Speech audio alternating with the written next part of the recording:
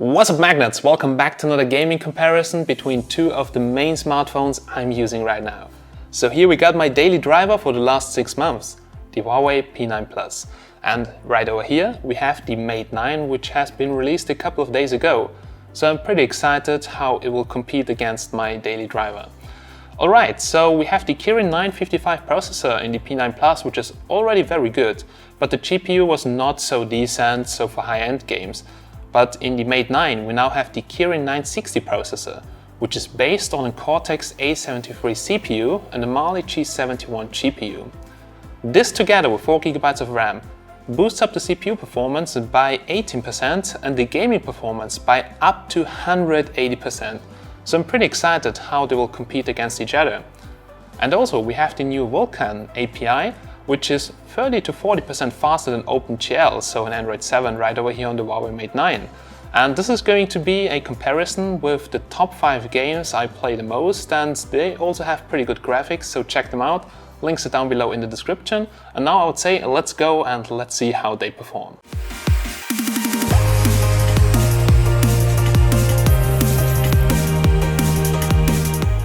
So first let's have a quick look at the Antutu performance. Both devices are great performers, but the Mate 9 runs through Antutu like a race car, while the P9 Plus stutters a bit during the benchmark. This also results in a lower score of around 97K for the P9 Plus and over 120K for the Mate 9. It's not the fastest device out there, but the score is quite decent. Also in Geekbench 4 we can see a huge improvement, but let's see how this affects gaming. Classic games like Asphalt 8 are running fine on both.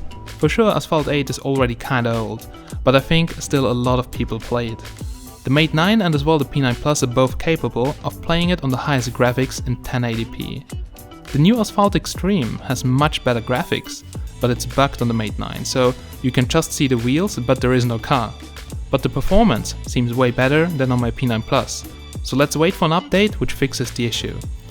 Modern Combat 5 runs fine, still a game which a lot of people play on a daily basis. But it's locked to 30 FPS and does not support 60 FPS, so I can just confirm a smooth gameplay with just occasional microstutter. World of Tanks Blitz, this is a multiplayer game and it runs really good on the Mate 9 on the highest settings. It does also run okay on the P9 Plus, but if there are many tanks around you, then it tends to lag. In a multiplayer battle, it's really important that the game runs smooth all the time, and to be honest, who wants to play World of Tanks on low settings? The game is just beautiful, and I want to enjoy my multiplayer experience on the highest graphics, and I can do it on the Mate 9. Need for Speed No Limits is one of the games which supports the new Vulkan API. It's really smooth, and due to the Vulkan API there are even more effects and better graphics than with OpenGL. There is absolutely no lag, there is sometimes just occasional microstutter, but it's playable with beautiful graphics. Another Vulkan game is Heroes of Incredible Tales. You can only go to 5 out of 6 in the graphics settings, because they need to update the Vulkan driver to get them all.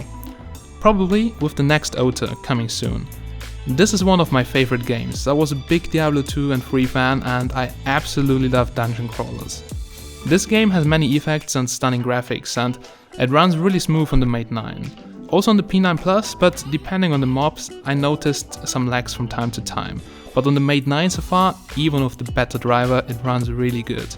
Vainglory is also a nice game, but unfortunately it does not run yet on the Mate 9 because of the outdated Vulkan driver.